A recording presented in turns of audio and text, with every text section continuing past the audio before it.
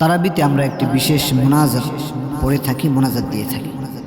অনেকের এই দোয়াটি জানা নেই, তারা খুব হতাশ হয়ে পড়ে, জানে দোয়াটা জানি না, আমার তারাবির কোনো ক্ষতি হলো কিনা, আমাদের তারাবির নামাজটা কি পরিপূর্ণ হলোই কিনা, না কোনো সমস্যা হয়ে গেল।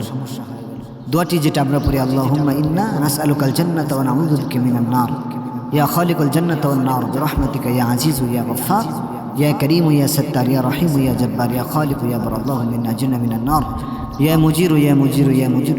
এই দোয়াটা আমরা পড়ি, কিন্তু এই দোয়াটা পড়াটা জরুরি কিনা? না, এই দোয়াটা পড়া জরুরি না। তারাবির সাথে এই দোয়া কানেক্টেড না।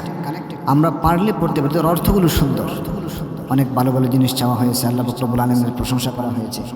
সেক্ষেত্রে আমরা দোয়াটি চাইলে পড়তে পারি, কিন্তু দোয়া না পড়লে তারাবির কোনো সমস্যা হবে বা তারাবির নামাজ দুর্বল হয়ে যাবে, এরকম কোনো এরকম কোনো মাসআলা নেই, এরকম কোনো হাদিস দ্বারা এরকম কোনো প্রমাণিত বিষয় নেই। কাজে এই দোয়াটাও আমরা পড়তে পারি, চাইলে অন্য দোয়া পড়তে পারি, নিজের দাবিগুলো আল্লাহর কাছে বাংলায় পেশ করতে পারি, আরবিতে পড়াও জরুরি না। মানে যে কোনো দোয়া আমরা পড়তে পারি, দোয়া নাও করতে পারি, সমস্যা নেই। কাজেই যারা দোয়াটা আমরা পারি না, খুব হতাশ হওয়ার কোনো কারণ নেই, নিরাশ হওয়ার কোনো কারণ নেই।